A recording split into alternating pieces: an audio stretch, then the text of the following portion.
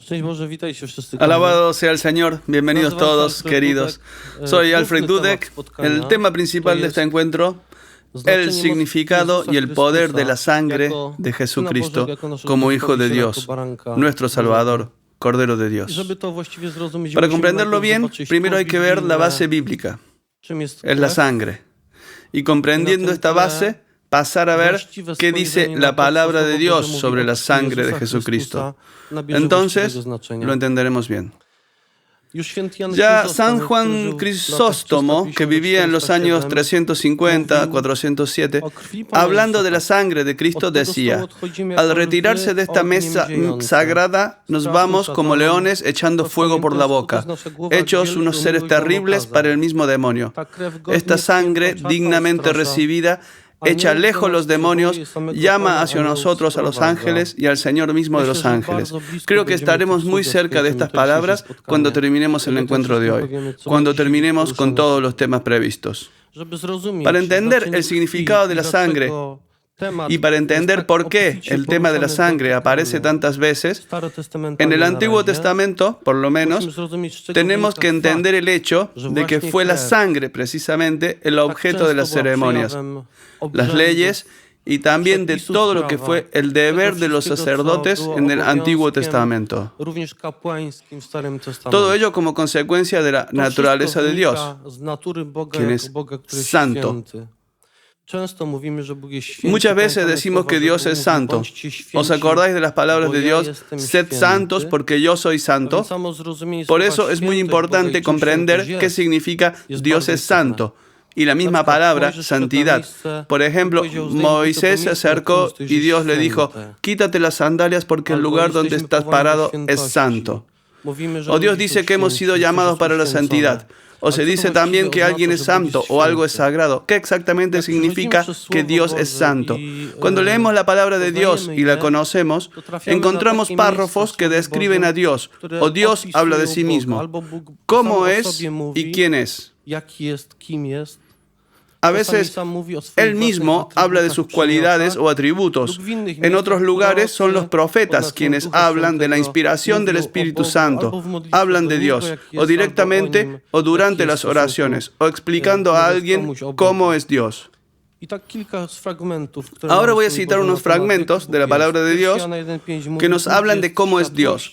Juan 1.5 dice: es la luz que brilla en la tiniebla y la tiniebla no lo recibió. Primera carta de Juan 4.8 o 4.16. Dios es amor. En el libro del Éxodo, cuando Dios le anuncia a Moisés que pasaría ante él, leemos: el Señor pasó ante Moisés proclamando: Señor, Dios compasivo y misericordioso, lento a la ira y rico en la clemencia y lealtad, que mantiene la clemencia hasta la 1000ª generación, que perdona la culpa, el delito y el pecado, pero no los deja impunes, y castiga la culpa de los padres en los hijos y nietos hasta la 3ª y 4ª generación. No debemos tratar por separado las palabras pronunciadas como una unidad. Así que cuando se habla de castigo hasta la 4ª generación, al mismo tiempo se habla de la clemencia hasta la 1000ª generación. La imagen de Dios que se nos revela es Dios que bendice de forma desproporcional en relación con el castigo. Sería un error garrafal pensar solamente en el castigo. No debemos separar estas dos realidades. Dios no tiene límites en bendecir, pero sí tiene límites en castigar. Esa es la imagen que se nos revela. Cuando Jonás se rebelaba contra la salvación de Nínive, entonces orando decía: sé que eres Dios bondadoso, compasivo, paciente y misericordioso, siempre dispuesto a perdonar. En caso de Jonás, fue él el que más deseaba castigar a Nínive que Dios mismo, y le enfadaba el actuar de Dios. Y esto demuestra lo maravilloso que es Dios en comparación con lo que seríamos los humanos en la misma situación, porque Jonás se sintió decepcionado. En el Deuteronomio leemos: sus caminos son justos, es un Dios fiel, sin maldad, es justo y recto. Después, que es bondadoso y compasivo.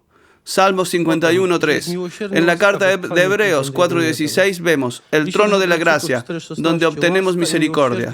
En el Salmo 93 tenemos la descripción del poder y del dominio de Dios. En cambio, en el Salmo 103:8 dice, el Señor es compasivo y misericordioso, lento a la ira, rico en la clemencia. Subrayo aquí la palabra lento en la ira, a la que volveré más adelante. Salmo 103:13 dice, siente el Señor la ternura por los que lo temen. Salmo 104:1-2. Dios mío, qué grande eres. Te viste de belleza y majestad. La luz te envuelve como un manto. Esto corresponde con lo que decíamos. Es la luz que brilla en la tiniebla, y la tiniebla no lo recibió. Apocalipsis 3:7. Esto dice el santo y el verdadero. En Dios no hay ninguna mentira. Juan 14:6. Jesús respondió, yo soy el camino y la verdad y la vida. O sea, Dios es el camino, la verdad y la vida. Es compasivo y misericordioso, como leemos en la carta de San Jacobo, y muchas otras características de Dios que a veces llamamos atributos. Lo que es muy importante es que Dios sea invariable y fiel. Hace poco hemos escuchado que es fiel. Si Dios es perfecto, cualquier cambio en él significaría salir de la perfección, lo que sería contradictorio, de modo que negaría su santidad. En el Éxodo 13:14 leemos, Moisés replicó a Dios, mira, yo iré a los hijos de Israel y les diré, el Dios de vuestros padres me ha enviado a vosotros. Si ellos me preguntan, ¿cuál es su nombre?, ¿qué les respondo? Dios dijo a Moisés, yo soy el que soy.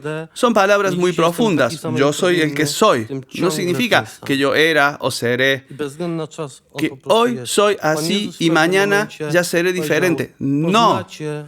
Siempre soy el mismo, sin importar el tiempo. Él simplemente es. En otro momento, Jesucristo dijo, sabréis que yo soy. Eso es lo mismo. Salmo 102:28 dice, eres siempre el mismo, tus años no se acabarán. Esta frase expresa muy bien la invariabilidad de Dios. Salmo 89:29-35, Dios confirma su fidelidad con David proclamando, le mantendré eternamente mi favor y mi alianza con él será estable, pero no les retiraré mi favor, no violaré mi alianza, ni cambiaré mis promesas. Una vez juré por mi santidad.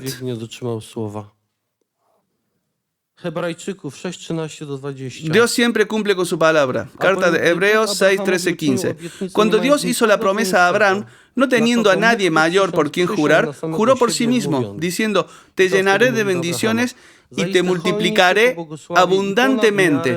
Esta promesa está en el Génesis, en los capítulos de 15 a 20.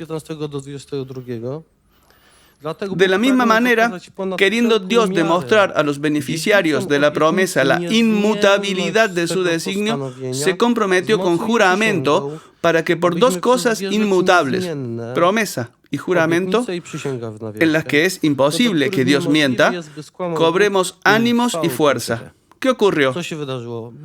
Dios no encontraba a nadie más grande a quien podría jurar y juró a sí mismo, a su santo, infinitamente poderoso nombre, diciendo, cumpliré esta promesa. O sea, si Dios no cumpliera esta promesa, entonces Dios negaría su santidad y su divinidad, cosa que es imposible. Es imposible que Dios no cumpla su promesa. Intento subrayar mucho la fidelidad y la santidad de Dios, porque después esto será muy importante. Salmo 105, 41-42. Hendió la peña y brotaron las aguas que corrieron en ríos por el desierto, porque se acordaba de la palabra sagrada que había dado a su siervo Abraham. ¿Por qué pasaban milagros en el desierto cientos de años después? Porque Dios era fiel a sí mismo, a la palabra dada a Abraham, a sus descendientes. Y vemos a esos descendientes en el desierto sin agua, y Dios hace milagros cuando es necesario, no por ellos, porque eran pecadores, sino por su santa palabra. Dios mismo es testigo de su fidelidad. Salmo 105:8.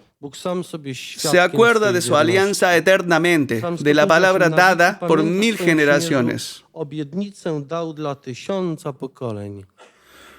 Libro de Jeremías 1, 11, 12. El Señor volvió a dirigirme la palabra. ¿Qué ves, Jeremías? Respondí. Veo una rama de almendro. El Señor me dijo, bien visto, porque yo velo para cumplir mi palabra. Entonces, Dios mismo vela por cumplirla. Él es su testigo.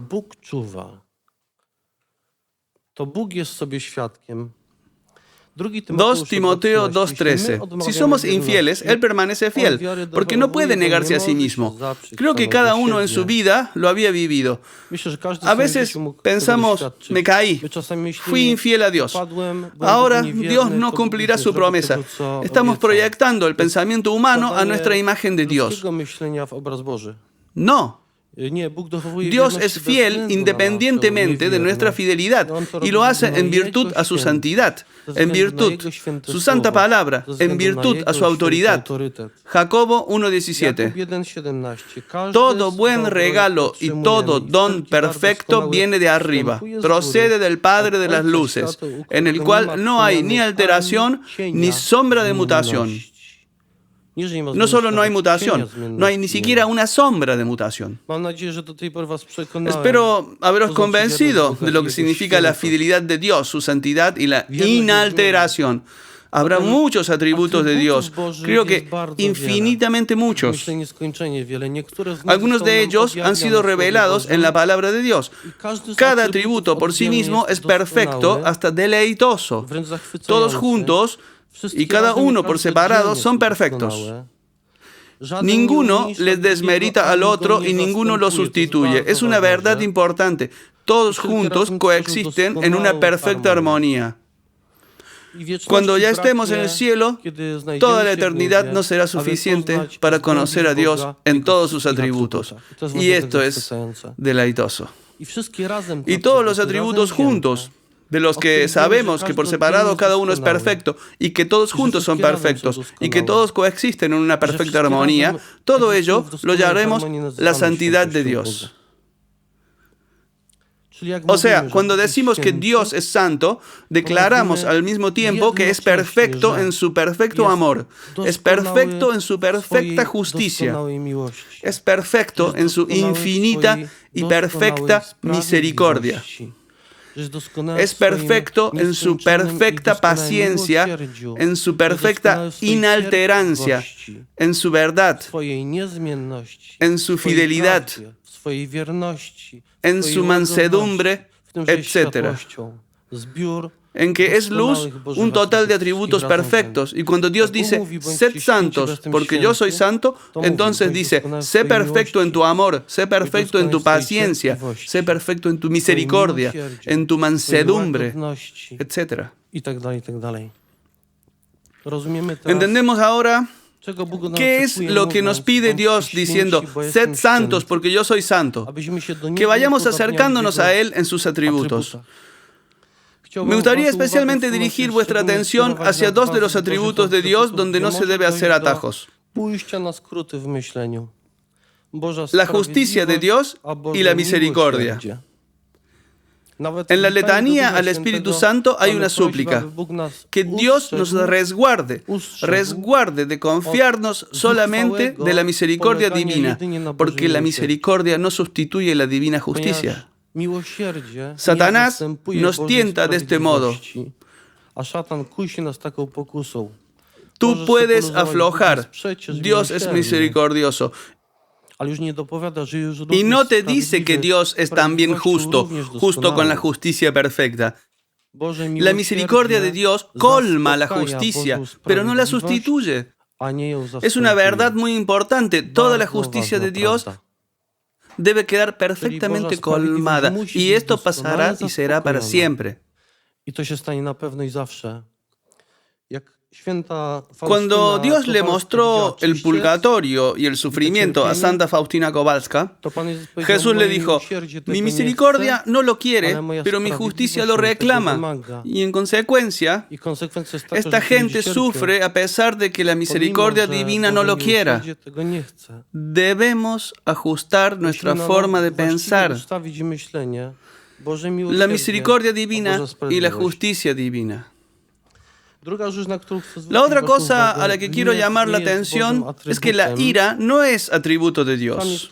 En el Salmo 103:8 leemos: el Señor es compasivo y misericordioso, lento en ira y rico en clemencia. Hace poco lo mencioné. Salmo 36 dice: su cólera dura un instante, su bondad de por vida. Esto es así. La naturaleza de un pez es nadar. Y esta es absolutamente su naturaleza. Pero de vez en cuando vais a ver los peces que vuelan. Sin embargo, el hecho de que un pez vuela no significa que esta sea su naturaleza, porque si no fuera por acelerar en el agua, nunca volaría ni un ápice. En la palabra de Dios encontramos unos versículos sobre la ira divina. Pero esta ira, primero, dura solo un instante. Segundo, es fruto de amor. Mientras tanto, la ira, en su acepción negativa, es propia de Satanás y es fruto del odio. En algunas lenguas, la ira divina se define con otros términos que la ira, pecado.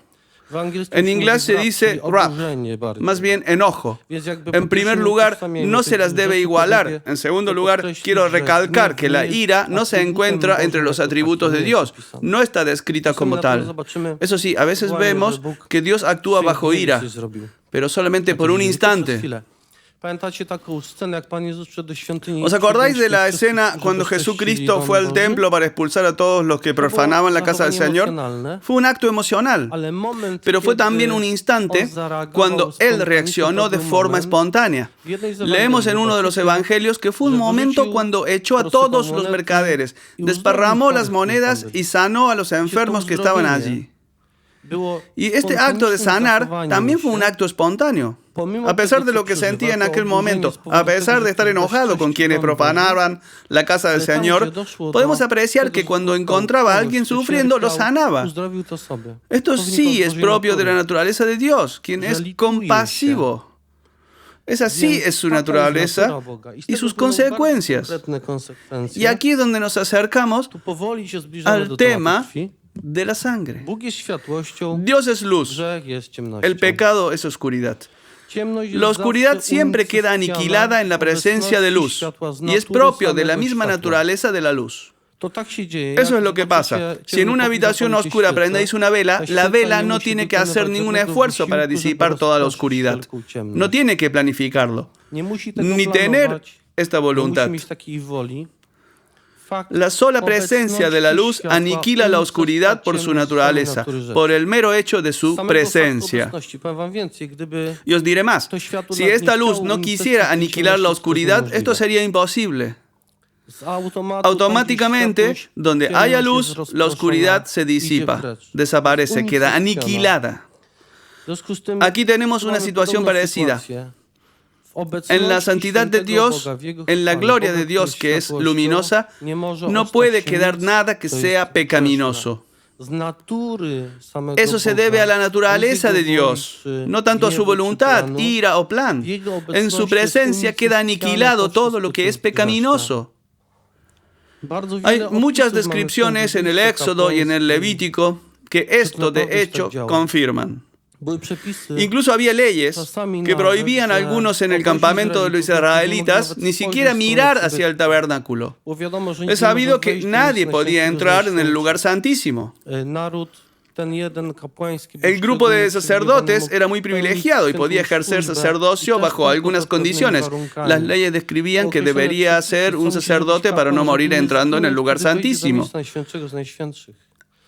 Había casos también descritos en la Biblia, los comentaré, cuando alguien al romper una de esas leyes moría. Una vez al año, el sacerdote entraba al lugar santísimo para hacer una ofrenda por él y por toda la nación, y a veces ocurría que no salía. Tampoco nadie podía entrar allí a buscarlo, porque hubiera muerto en la presencia del Señor. Y por esto, a veces, los israelitas ataban una cuerdita al tobillo del sacerdote y cuando éste no salía, lo sacaban muerto desde allí tirando en la cuerda.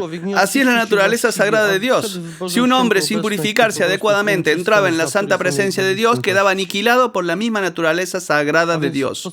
Como mencionamos antes, la justicia de Dios debe quedar perfectamente colmada. En la carta a los Romanos leemos, la paga del pecado es la muerte. Eso es lo que ocurre, y ocurre automáticamente. Dios es santo. Os mostraré unos ejemplos. Aarón tenía 4 hijos, 2 de ellos eran sacerdotes. En el Levítico 10:1-3 leemos, Nadab y Abiú, hijos de Aarón, tomaron cada uno su incensario, les pusieron fuego, les echaron incienso y ofrecieron ante el Señor su fuego profano, que Él no les había mandado.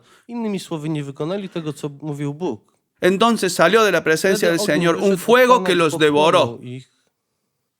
Y murieron en presencia del Señor.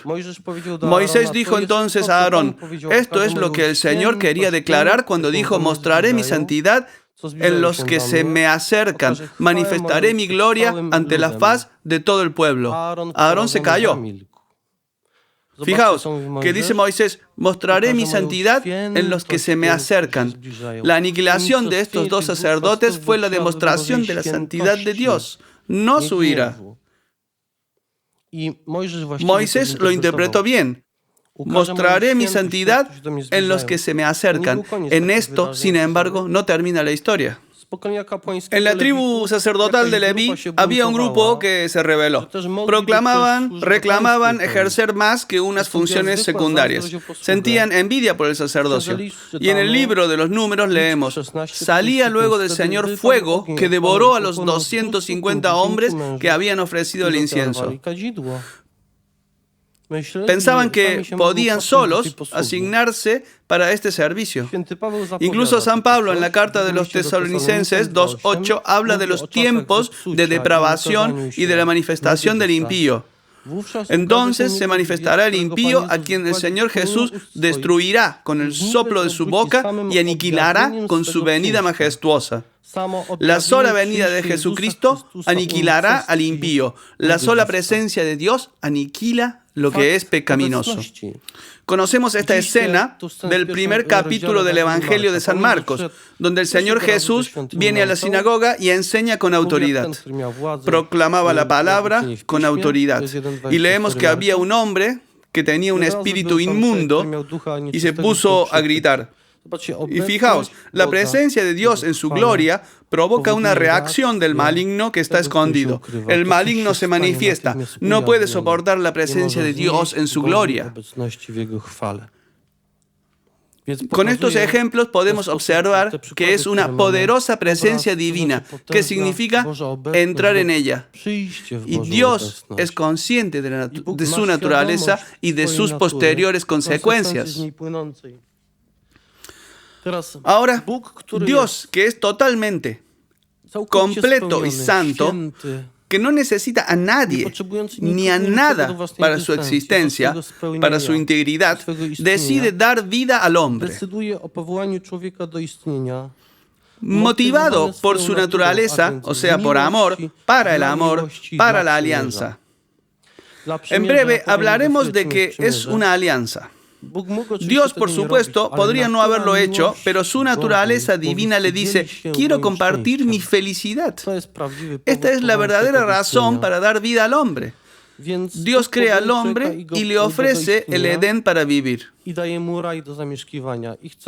Me gustaría recalcar algo importante. En el Edén, Adán y Eva viven en un estado de eterna felicidad, sin pecado. Este fue el plan original de Dios. Vivir felizmente en el paraíso, en la presencia divina, cara a cara con Dios. Sin ningunos sacrificios de animales, lo subrayo. Sin rituales necesarios, sin derramar la sangre, sin holocaustos, sin sacrificio de todo tipo. No hay pecado, no hay ejecución. Iban a vivir una vida eterna. En el momento cuando apareció el pecado, todo cambió. El momento del pecado original trajo la muerte. la muerte. Eso lo sabemos. Eso había sido anunciado antes del pecado original. El sufrimiento, la expulsión, la separación de Dios, la pérdida parcial, no total, de la relación con Él. Y de la posibilidad de escuchar su voz. Ya entonces, en aquel primer momento, cuando Dios expulsó a los primeros padres del paraíso, les cubrió con pieles de animales. No sé si os habéis fijado en que la piel es algo en que quedan los restos de sangre, algo que estaba en contacto con sangre. O sea, la primera cosa que Dios les da como una especie de protección tiene que ver con la sangre. A pesar de haber sido expulsados, los primeros padres reciben una protección.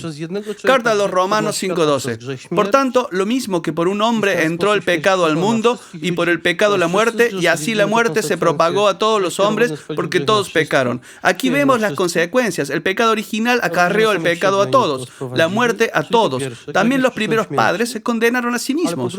O sea, en primer lugar, el pecado es la causa de la muerte. En segundo lugar, Dios, expulsando a los padres, les da desde el principio una indicación de cómo quiere protegerlos, con las pieles de los animales. Y ahora, Dios es luz, el pecado es oscuridad.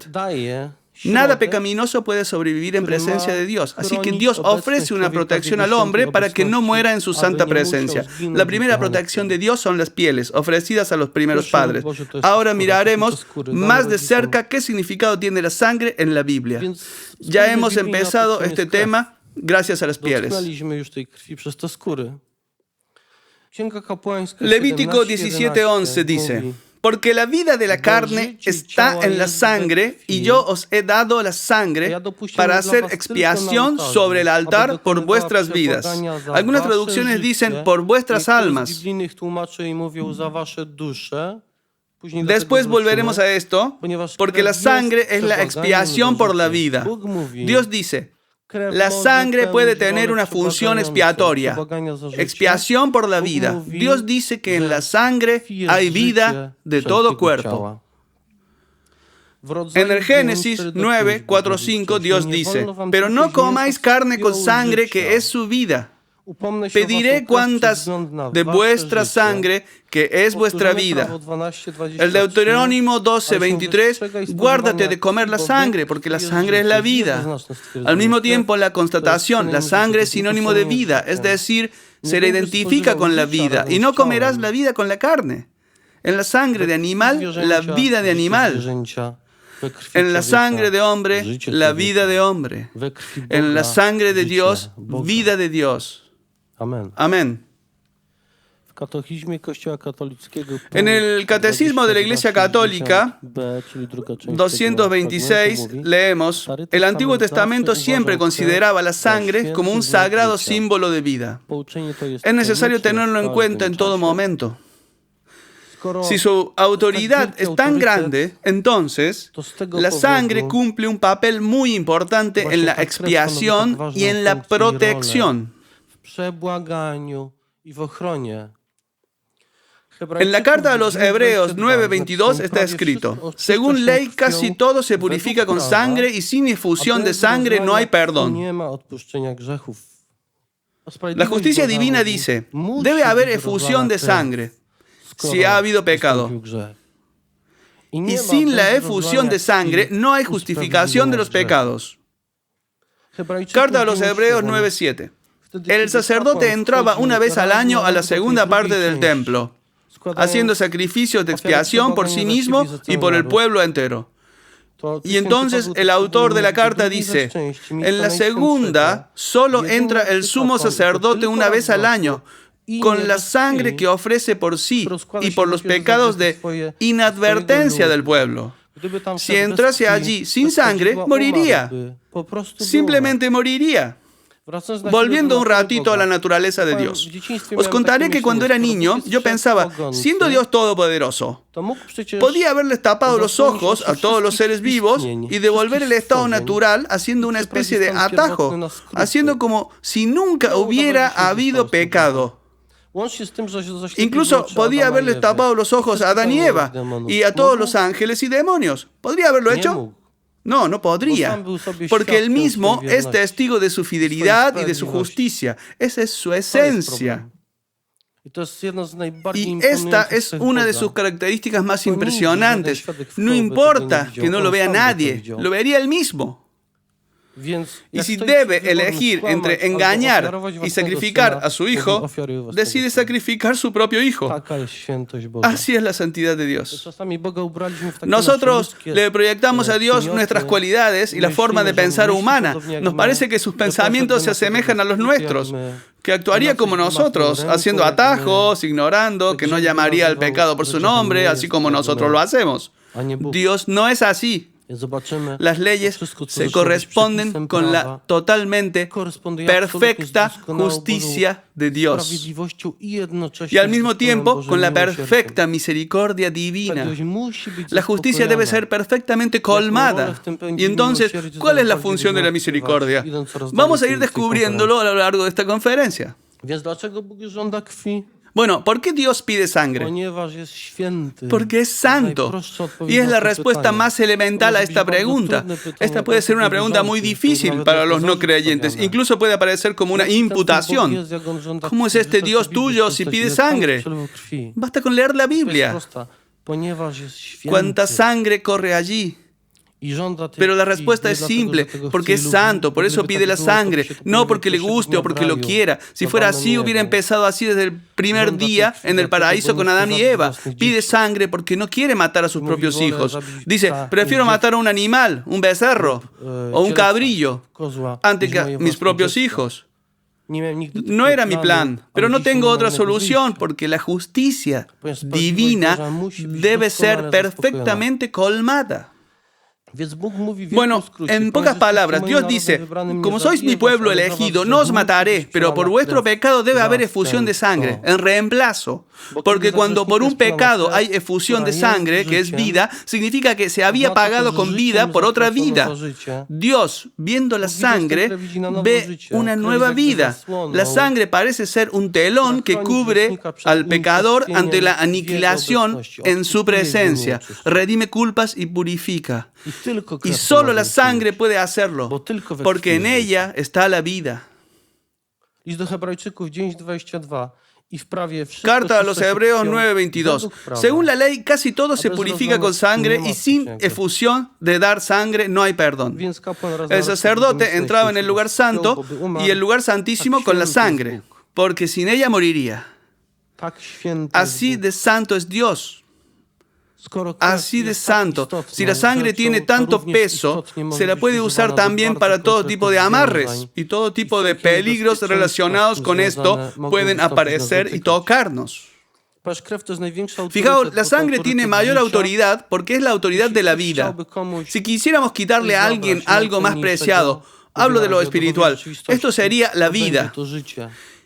Y esta es la razón por la que a Satanás se le ofrecen sacrificios con sangre.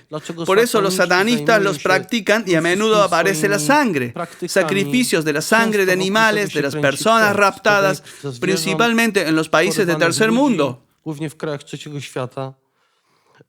Por eso Satanás exige que un pacto con él sea firmado con sangre, porque la sangre es la que más amarra, porque tiene autoridad de vida. Es lo más difícil de romper.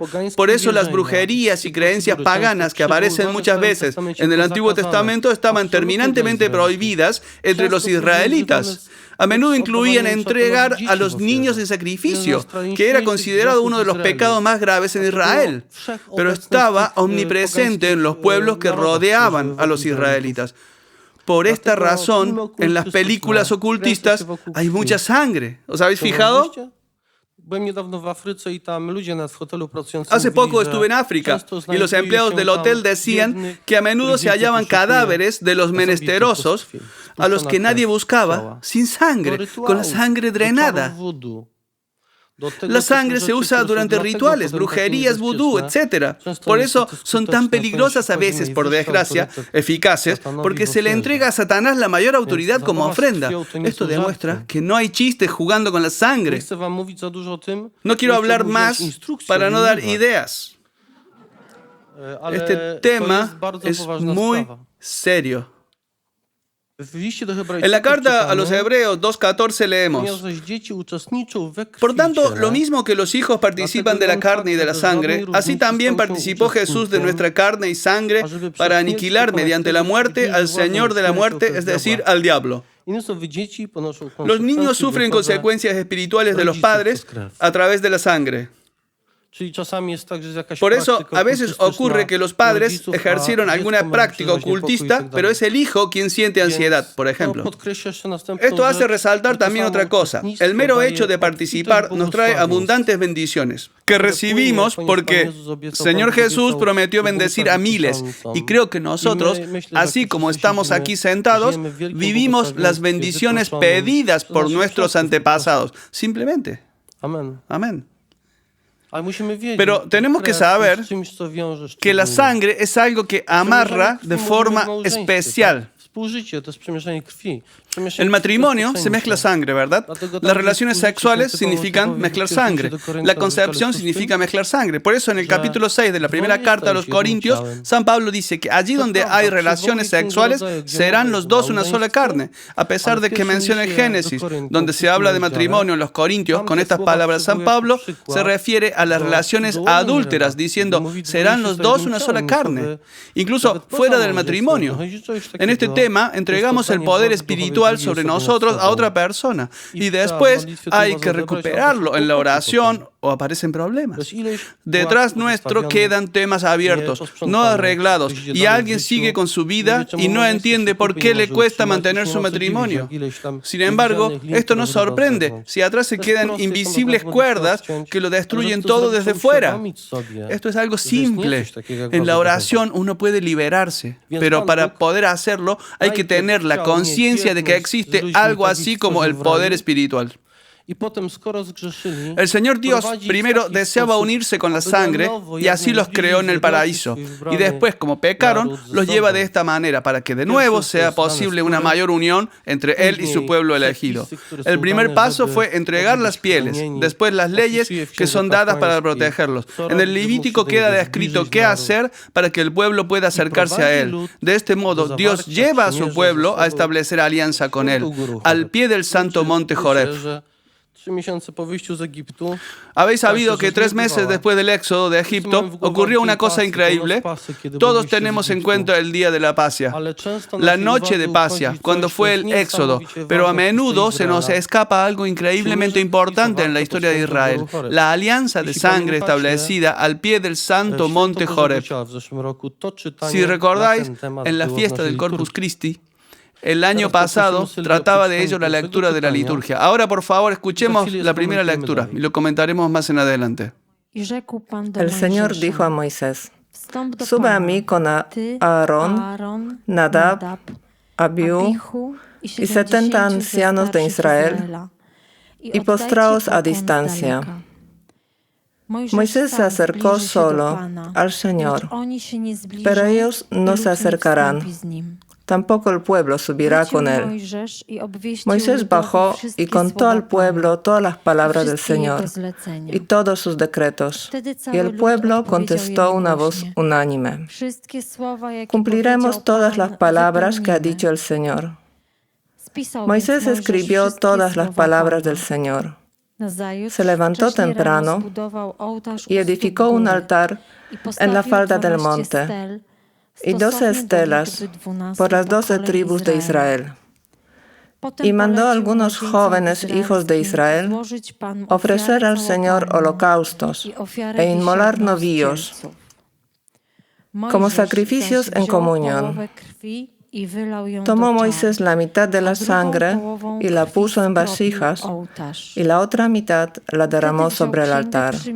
Después tomó el documento de la alianza y se lo leyó en voz alta al pueblo, el cual respondió: Haremos todo lo que ha dicho el Señor y le obedeceremos. Entonces Moisés tomó la sangre y roció al pueblo, diciendo: Esta es la sangre de la alianza que el Señor ha concentrado con vosotros. De acuerdo con todas estas palabras, subió Moisés, Aarón, Nadab, Abiú y 70 ancianos de Israel, y vieron al Dios de Israel. Bajo sus pies había como un pavimento de zafiro, brillante como el mismo cielo. Él no extendió la mano contra los notables de los hijos de Israel, que vieron a Dios y después comieron y bebieron. El Señor dijo a Moisés: «Sube hacia mí a la montaña. Quédate ahí y te daré las tablas de piedra con la instrucción y los mandatos que he escrito para los que enseñes». Se levantó Moisés con Josué, su ayudante, y subieron a la montaña de Dios. A los ancianos les dijo: «Quedaos aquí hasta que volvamos. Aarón y Hur están con vosotros. El que tenga algún asunto, que se lo traiga a ellos». Subió pues Moisés a la montaña, la nube cubría la montaña. La gloria del Señor descansaba sobre la montaña de Sinai, y la nube cubrió la montaña durante 6 días. Al 7º día llamó a Moisés desde la nube. El aspecto de la gloria del Señor era para los hijos de Israel como fuego voraz sobre la cumbre de la montaña. Moisés se adentró en la nube y subió a la montaña. Moisés estuvo en la montaña 40 días y 40 noches. Gracias. Fijaos qué es lo que pasó. Dios dice: «Sube a mí con Aarón, Nadab, Abiú y 70 ancianos de Israel y postraos a distancia». Solo Moisés se acercará al Señor, pero ellos no se acercarán para no morir. Y así fue. Moisés se acercó solo. Los otros se quedan lejos. Moisés vuelve, les pasa las palabras del Señor, el pueblo decide: vamos a cumplirlas. Aquí vemos que la alianza tiene sus condiciones. Aquí Dios les presenta las condiciones de la alianza. Ellos dicen: sí, aceptamos. Al ser así, Moisés sigue. Prepara los novillos, las 12 estelas y ofrecen holocaustos. Moisés reparte la sangre de los sacrificios de comunión en 2 partes iguales. La primera parte la derrama sobre el altar. La segunda parte la toma para rociar al pueblo. En otras palabras, el altar representa a Dios. Entonces, derramar allí la sangre representa a Dios, una parte de la alianza, y rociar al pueblo, la segunda parte de la alianza. Sabemos que había aproximadamente unos 600.000 hombres, que nos da fácilmente 3 millones de personas. ¿Cuánta sangre se necesita para rociar 3 millones de personas? El altar debió de ser inundado en la sangre. Y después de haber rociado con la sangre, Moisés dice: esta es la sangre de la alianza que el Señor ha concertado con vosotros. De acuerdo con todas estas palabras, la alianza tiene sus condiciones, promesas y sello. La sangre es el sello. Y ahora, ¿qué pasa si el pueblo ha sido rociado con la sangre que es vida y que hace expiación de la vida? Ahora los 70 ancianos entran en la presencia de Dios y no mueren. ¿Podéis verlo? Antes no podían acercarse, pero después de haber sido rociados con sangre, de repente pueden acercarse. Y leemos algo conmovedor. Y vieron al Dios de Israel, bajo sus pies había como un pavimento de zafiro. Simplemente vieron el cielo. Allí ocurrió algo muy especial. Pero por otra parte, no todos los israelitas pudieron ver a Dios. De momento fueron elegidos solo 70 ancianos y hasta 70. Me gustaría comentar algo más. Este tipo de visión de Dios que tuvieron no es la misma de la que pensamos cuando hablamos de que vamos a ver a Dios cara a cara en el cielo. En el Evangelio de Juan leeremos después que nadie ha visto a Dios. Este tipo de visión fue un tipo de gracia, mucha más que experimentaron antes. Una forma de acercarse a Dios, pero no definitiva ni plena. Pero sí, fue algo especial, que acercó a esos 70 ancianos a Dios. Bueno, en esto no se termina. Fijaos, primero había expulsión, después pieles, después la sangre con la que rociaron a 3 millones de personas y la que acercó a algunos a Dios. ¿Y con qué sigue Dios? Por favor, escuchemos. El Señor habló a Moisés: «Di a los hijos de Israel que me ofrezcan un tributo. Aceptaréis el tributo de todos los que generosamente me lo ofrezcan. Este es el tributo que podéis aceptar: oro, plata y bronce, púrpura violácea, roja y escarlata, lino y pelo de cabra, pieles de carnero teñidas de rojo, pieles de tejón y maderas de acacia, aceite para la lámpara, aromas para el óleo de la unción y para el incienso perfumado, piedras de ónice y piedras de engaste para el efod y el pectoral. Hazme un santuario y moraré en medio de ellos. Lo harás conforme al modelo de la morada y de utensilios que te mostraré. Amén. Amén. ¿Y qué es lo que está pasando? Dios dice: desde el momento de rociaros con la sangre, puedo bajar y morar en medio de vosotros. Antes esto era imposible. Nos acordamos de que Moisés tuvo que subir a la montaña, casi 2.400 metros, arriba y abajo, arriba y abajo. Estuvo fuera varias decenas de días, arriba y abajo, arriba y abajo. Subía y bajaba. Los israelitas estaban esperándolo abajo y no sabían qué pasaba. No había otra manera. Al hacer la alianza, Dios dice: bajaré hacia vosotros para siempre. Construimos una morada y estaré hasta siempre entre vosotros. Y por eso vuestros enemigos se van a dispersar, porque estaré siempre entre vosotros. Antes ellos se quedaban solos, sin Dios, y Moisés subía y no sabían qué pasaba con él. Ahora quiero subrayar otra cosa importante, a la que volveremos también más tarde. Moisés, para escuchar la voz de Dios, tuvo que esperar arriba 40 días. Esta es la eficacia de la oración y veremos cómo cambiará en el Nuevo Testamento. 40 días tuvo que esperar arriba para recibir la palabra de Dios, las tablas, la promesa, la instrucción. Estamos en el Antiguo Testamento. No hay todavía sacrificio de la sangre de Jesucristo. Podemos ver la manera como Dios de nuevo acerca cada vez más el Israel hacia Él. Lo hace con el único medio, que es la sangre. Sangre. Lo que acabamos de leer fue un fragmento que sigue después del capítulo anteriormente leído, la descripción de la alianza cuando 74 ancianos de Israel vieron a Dios. O sea, el siguiente acto que Dios hace. Bien, me vieron 74 ancianos de Israel. Estáis rociados. Bien, ahora bajo hacia vosotros. Es un momento histórico de Israel, increíblemente importante, cuando a través de la sangre y la alianza de la sangre, Dios baja para siempre a su pueblo. ¿Podéis ver lo que hace la sangre y solo la sangre? Sin ella todo lo que sigue no ocurriría y sería imposible, porque los ancianos hubieran sido aniquilados en la presencia de Dios. Ahora, ¿cuál es la diferencia entre el contrato y la alianza? ¿Os habéis preguntado alguna vez? El contrato es un intercambio de bienes, mientras la alianza es un intercambio de vida.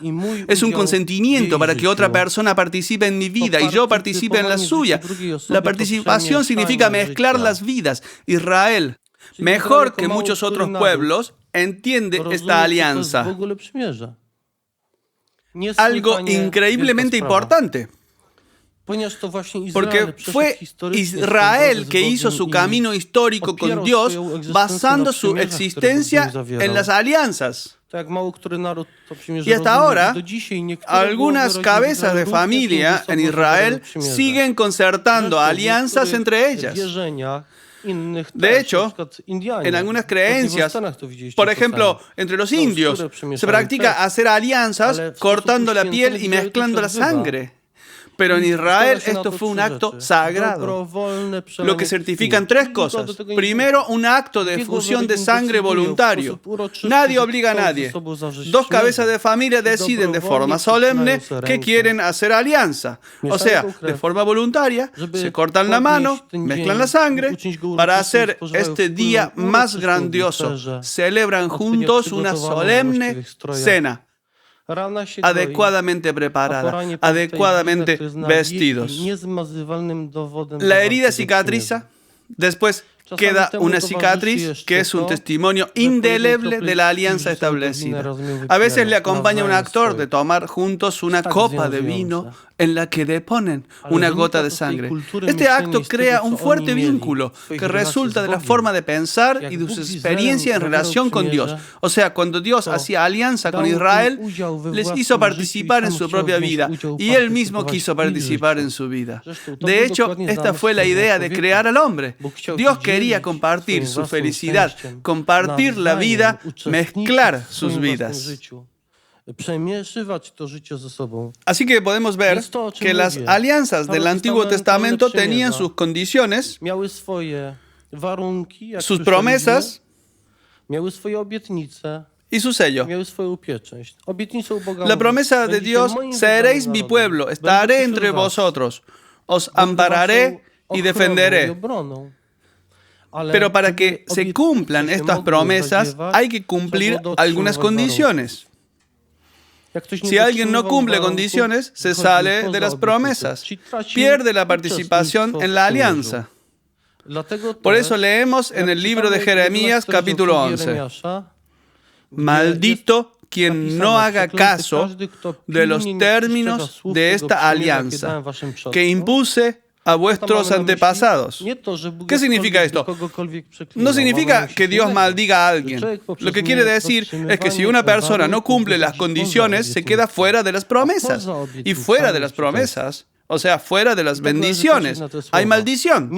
Y así hay que interpretar estas palabras. Nuestro lugar en la alianza con Dios es el lugar de bendición, de su presencia. Si nosotros decidimos abandonar este lugar pecando, entonces abandonamos la bendición y entramos en la maldición.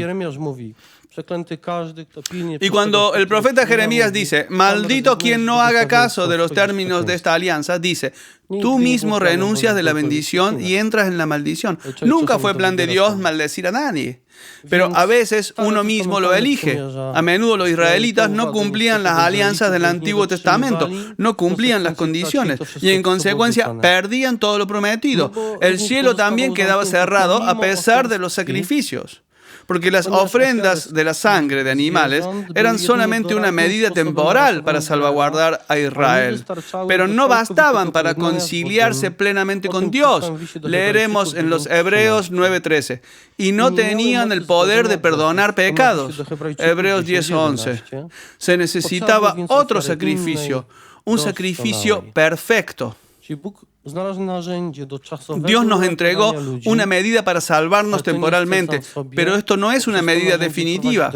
A través de las medidas temporales nos lleva a la solución, al sacrificio perfecto,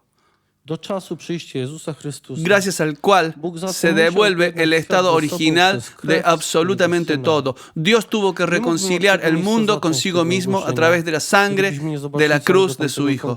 No tendría sentido empezar nuestra conferencia en este momento sin haber explicado todo el contexto. Ahora, Jesús aparece como representante de la humanidad. Ojo, Jesucristo representa a la humanidad, a nosotros, defectuosos, infieles, inconstantes, que no cumplen las condiciones y establece una alianza con Dios Padre, como Dios de Israel. Jesús, Cordero sin mancha, sin pecado, fiel, obediente, se ofrece a sí mismo como sacrificio, un sacrificio perfecto por muchos. La sangre derramada de Jesucristo es un sello. Su impecabilidad y obediencia al Padre constituyen una garantía de la infinidad de esta alianza. Y por eso esta alianza es eterna e irrompible, porque su garante de ambos lados es Dios, Dios Hijo y Dios Padre. Al principio hablábamos de la santidad de Dios. Es imposible que Dios no cumpla su palabra. Si Dios, en su amor hacia el hombre, quiere tener una alianza segura, con garantía, entonces de ambos lados debe haber Dios. Es muy lógico. Si rompiera la alianza, dejaría de ser Dios, simple. La alianza es nueva, porque es en sangre de Cristo. Es perfecta, de modo que acaba con los sacrificios de la antigua alianza. Pero la ley no queda abolida.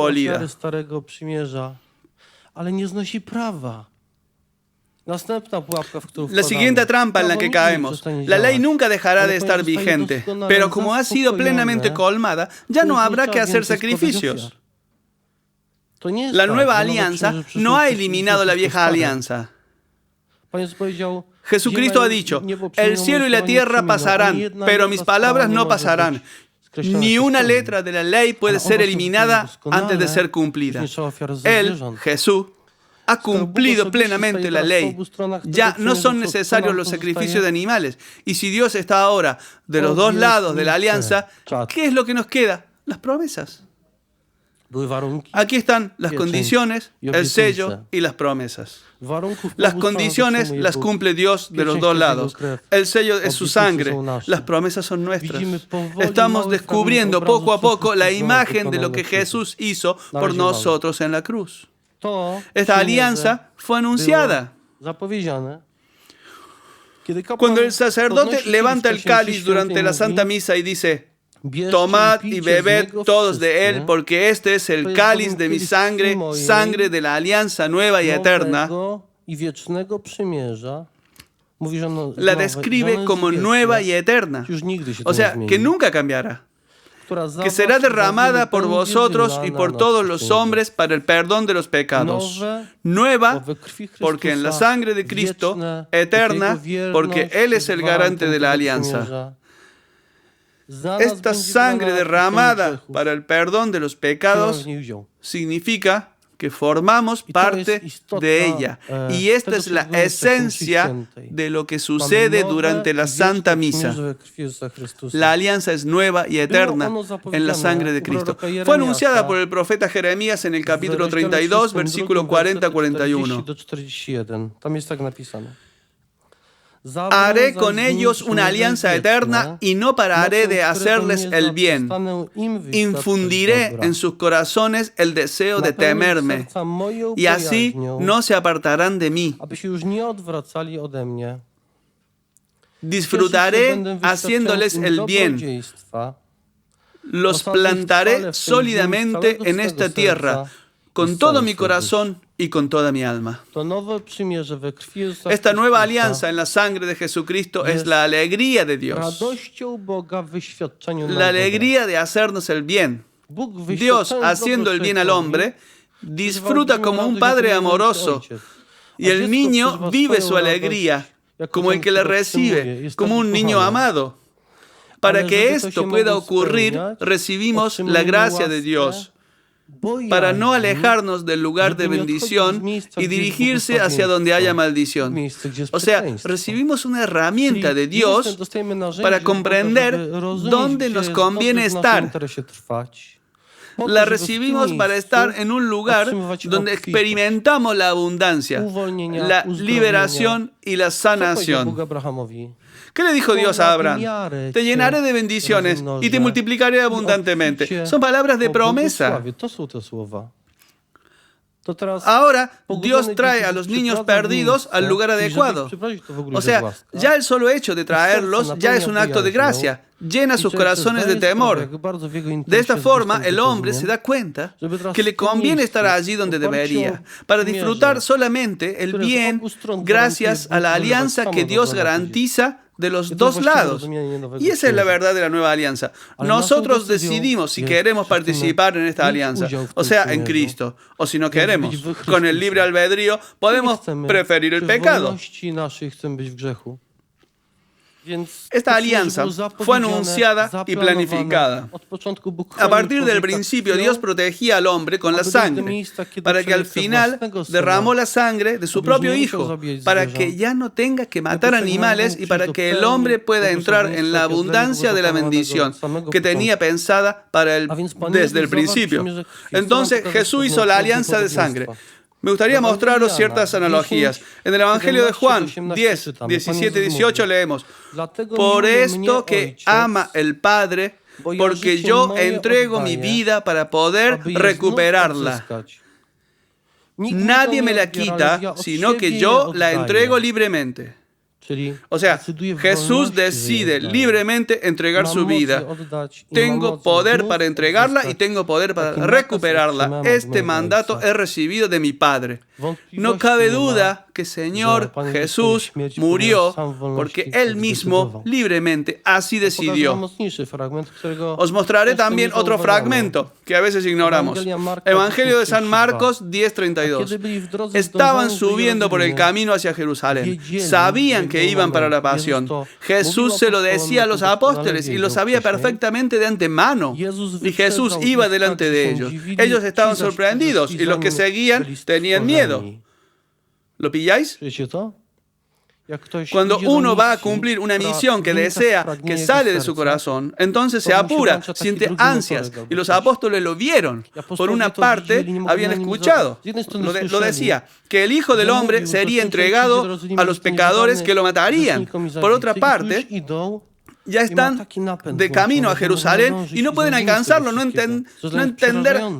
Tenían miedo. En cambio, su amor lo apura para cumplir la voluntad del Padre. Tanto que no puede ir más lento. Este es el verdadero Él, el que desea llevar a cabo esta alianza para que podamos de nuevo vivir la bendición, redimidos, santificados, justificados.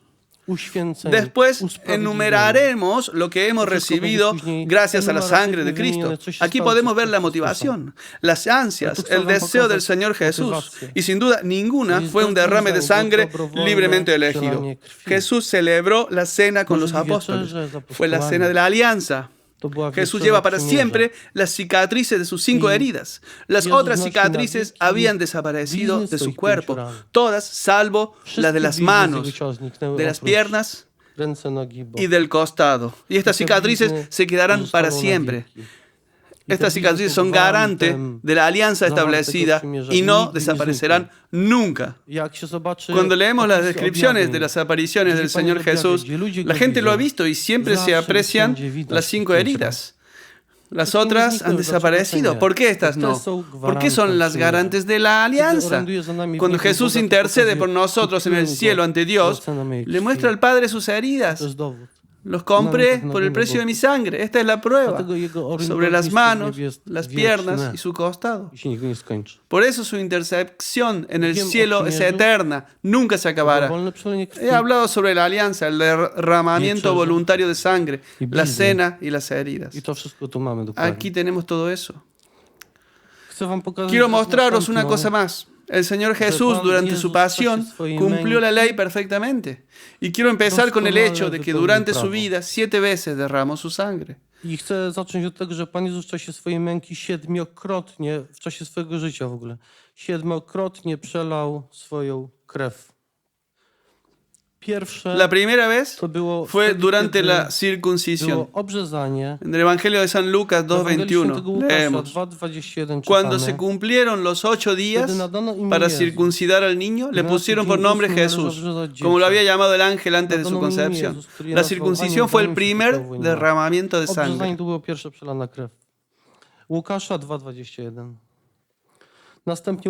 El segundo derramamiento de sangre, Lucas 2:44. Le entró un sudor que caía hacia el suelo como si fueran gotas espesas de sangre. La oración en el huerto de Getsemaní. Hematidrosis.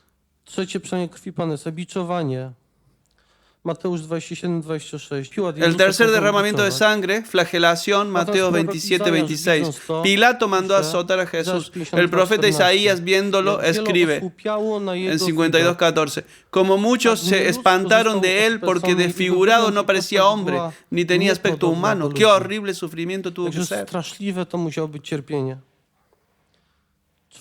Cuarto derramamiento de sangre, la coronación con espinas del Señor Jesús.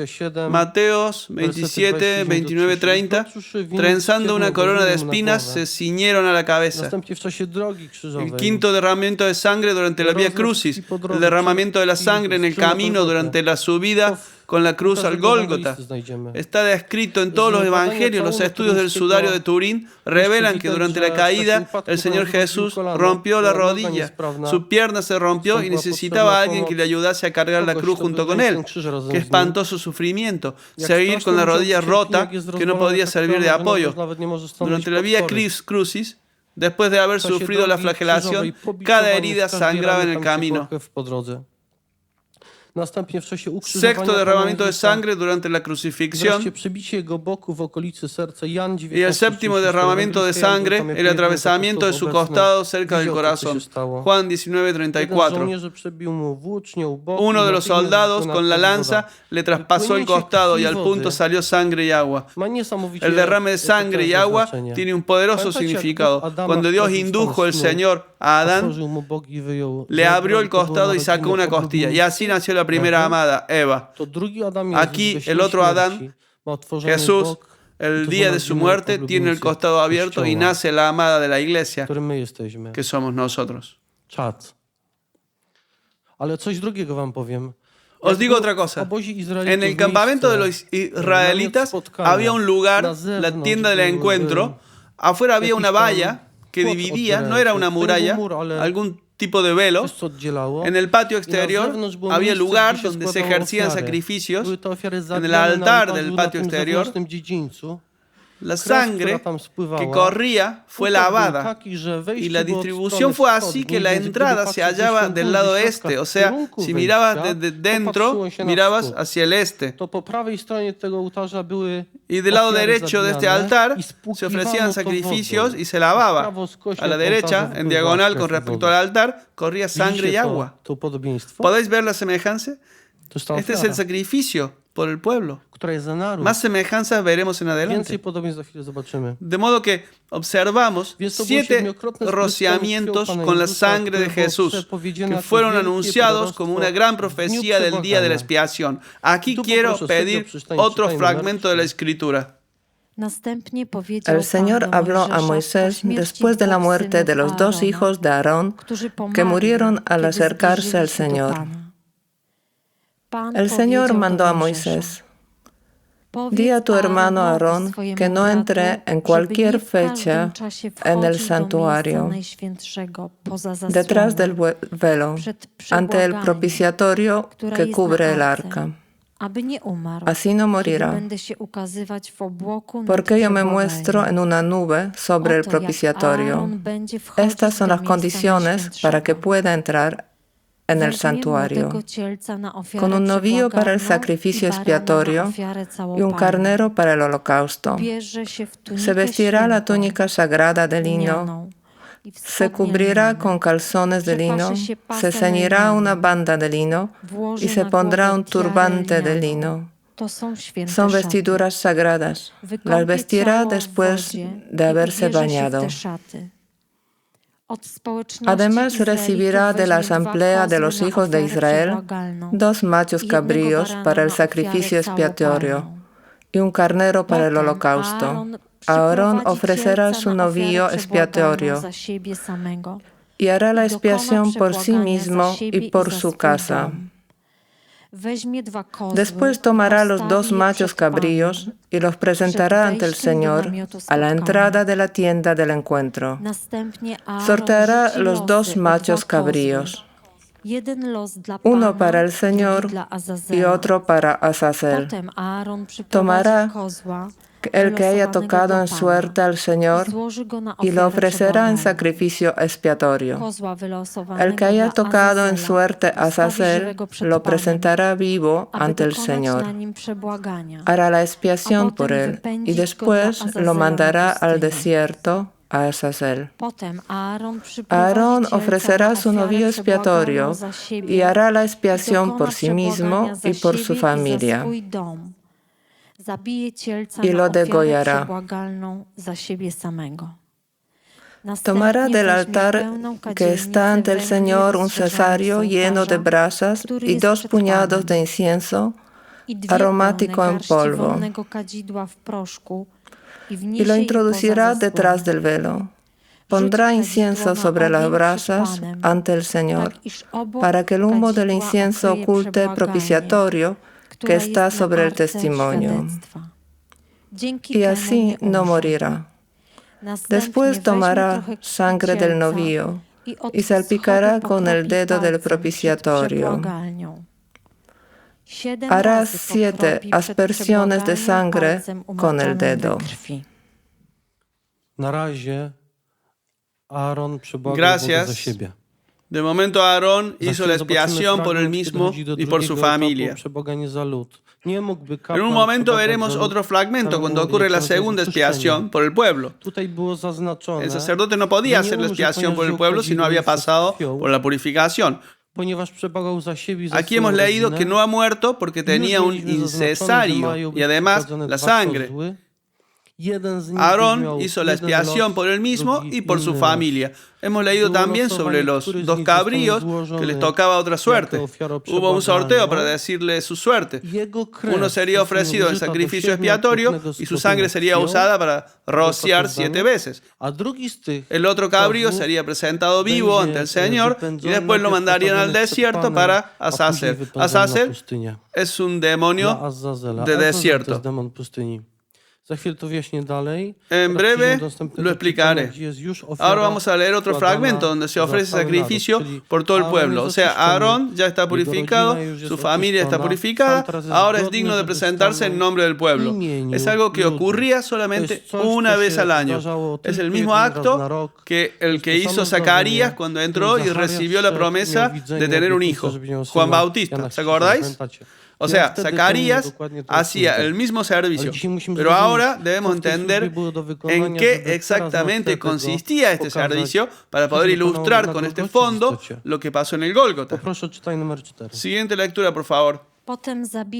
Degollará el macho cabrío, víctima expiatoria, presentado por el pueblo. Llevará su sangre detrás del velo, igual que ha hecho con la sangre del novillo. La salpicará sobre el propiciatorio y delante de él. Así hará la expiación por el santuario, por todas las impurezas y delitos de los hijos de Israel, por todos sus pecados. Lo mismo hará con la tienda del encuentro, que habita entre ellos, en medio de sus impurezas. Desde que Aarón entre a hacer la expiación hasta que salga, no habrá nadie en la tienda del encuentro. Hará la expiación por sí mismo, por su causa, y por toda la asamblea de Israel. Después saldrá, irá al altar que está ante el Señor y hará la expiación por él. Tomará sangre del novillo y del macho cabrío y untará con ella los salientes del altar. Salpicará la sangre con el dedo 7 veces sobre el altar. Así lo consagrará y lo purificará de las impurezas de los hijos de Israel. Acabada la expiación tanto del santuario como de la tienda del encuentro y del altar, Aarón presentará el macho cabrío vivo, con las 2 manos sobre la cabeza del macho cabrío vivo. Confesará sobre él las inquietudes y delitos de los hijos de Israel, todos sus pecados. Se los echará encima de la cabeza del macho cabrío y después con el hombre designado para ello, lo mandará al desierto. Así el macho cabrío se lleva consigo a región desierta todas sus inquietudes. El encargado soltará al macho cabrío en el desierto. Después Aarón entrará en la tienda del encuentro. Se quitará las vestiduras de lino que se había puesto para entrar en el santuario y las dejará allí. Se bañará en lugar sagrado y se pondrá sus propios vestidos. Volverá a salir, ofrecerá su holocausto y el holocausto del pueblo, y quemará sobre el altar la grasa de las víctimas expiatorias.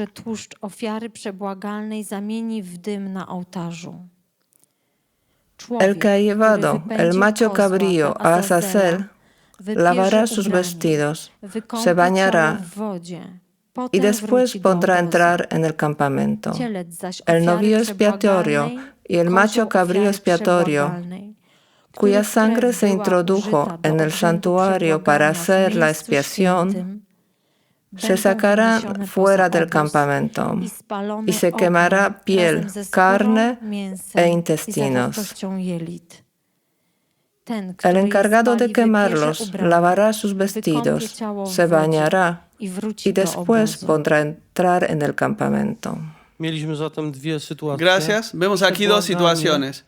La expiación en el templo, allí se usó la sangre del primer cabrío para salpicar 7 veces, o sea, su sangre se usó para expiar a Dios por el pueblo y el sacerdote. Después, el segundo cabrío es presentado ante el Señor, el sacerdote pone las manos encima de él y confiesa sobre él las inquietudes y delitos y pecados de los hijos de Israel de todo el año. Debió de haber bastantes. Y un momento después lo mandan al cabrío con todas las inquietudes y pecados fuera del campamento al desierto. Así que en la tierra que no trae frutos. Para Azazel. Azazel como acusador, como un demonio de desierto, queda saciado y tiene que cerrar la boca. O sea, cuando llevamos el pecado a la tierra infértil, allí el pecado ya no puede traer frutos. ¿Y qué fruto trae el pecado? La muerte. Pero Cristo venció la muerte. Su sangre salpicó 7 veces, es decir, hizo la expiación. Así como también en sus hombros llevó todos nuestros pecados fuera de la ciudad. Es lo que ocurrió en Jerusalén. Allí fuera de la ciudad entregó su vida. La redención se realizó por un precio mucho mayor que la misma culpa. Porque deberíamos haber pagado con la sangre humana. En vez de esto, Él pagó, se realizó con la sangre de Dios. Fue Él el que pagó. Azazel perdió cualquier derecho de acusar. En la persona de Jesucristo fueron cumplidos todos los requisitos de la ley. Se lo puede apreciar claramente cuando miramos en este contexto los sucesos del Gólgota, de Jerusalén. Señor Jesús dijo, lo leemos en el Evangelio de Mateo 5, 17 y 18. No creáis que he venido a abolir la ley y los profetas. No he venido a abolir, sino a dar plenitud. En verdad os digo que antes pasarán el cielo y la tierra que deje de cumplirse hasta la última letra o tilde de la ley. En el prólogo del Evangelio de San Mateo podemos leer que no cabe duda que la idea central de todo Evangelio es la siguiente. En la persona, en la vida, en los actos y en la enseñanza de Jesucristo se han cumplido todas las profecías mesiánicas del Antiguo Testamento. Y los fragmentos que leíamos eran profecías mesiánicas referentes a Él. Lo que ocurrió durante la pasión cumplía todos los preceptos de la ley, bien descritos y definidos en la ley. Terminamos con la quinta lectura. Escuchemos ahora, por favor, cuáles son las consecuencias del sacrificio de Cristo.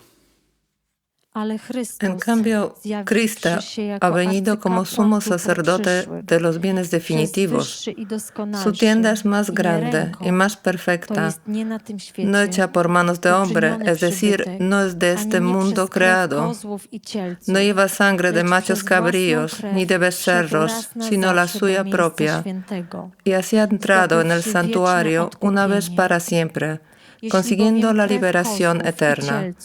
Si la sangre de machos cabríos y de toros y la ceniza de un becerro santifican con su aspersión a los profanos, devolviéndoles la pureza externa, cuanto más la sangre de Cristo, que en virtud del Espíritu Eterno se ha ofrecido a Dios como sacrificio sin mancha, podrá purificar nuestra conciencia de las obras muertas, para que demos culto a Dios vivo.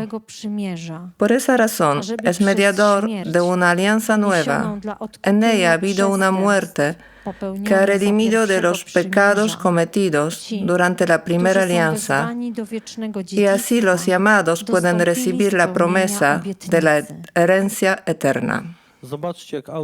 Fijaos cómo el autor de la carta a los hebreos explica qué hizo para nosotros el Señor Jesús en su sacrificio de pasión y muerte en la cruz.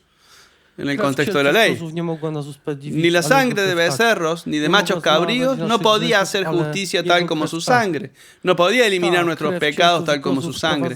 La sangre de becerros y machos cabríos dejaba entrar al sacerdote solamente uno, y solamente una vez al año, hasta el lugar santísimo, que es solo un reflejo de los bienes venideros, es solo una sombra de lo que Dios tiene para nosotros en el cielo. En cambio, su sangre nos abre paso al verdadero templo de Dios. De modo que lo que hemos visto hasta ahora es solamente un mediocre reflejo del lugar donde nos abre camino la sangre de Cristo. No solo a esta tienda, no solo a este lugar donde una vez al año entraba solamente un sacerdote. Él nos abre camino a cada uno de nosotros hacia el mismo trono de Dios en las alturas, porque el primero, gracias a su propia sangre, entró allí tal y como un sacerdote entra al lugar santo. La sangre de Jesús nos purifica de todo pecado y gracias a esta purificación podemos servir al mismísimo Dios. De nuevo podemos sentirnos acogidos allí, de nuevo podemos disfrutar del cumplimiento de la promesa. Y aquí es donde todo cierra. Todo lo que he hablado, las promesas, la alianza, cómo Dios nos llevó a este lugar donde todo de nuevo puede darse como en el estado original. Y podemos ver aquí en el contexto de la sangre de Jesús los requisitos de la ley. ¿Qué es lo que Él hizo y las dimensiones de esto? Porque lo que ocurrió en el Gólgota ocurrió en la dimensión espiritual y celestial, no solo terrenal. Hemos llegado al final de la primera parte. En la segunda parte, todo lo que hemos escuchado hasta ahora será importante, ya que constituye una base para entender qué es lo que la sangre de Cristo hace por nosotros.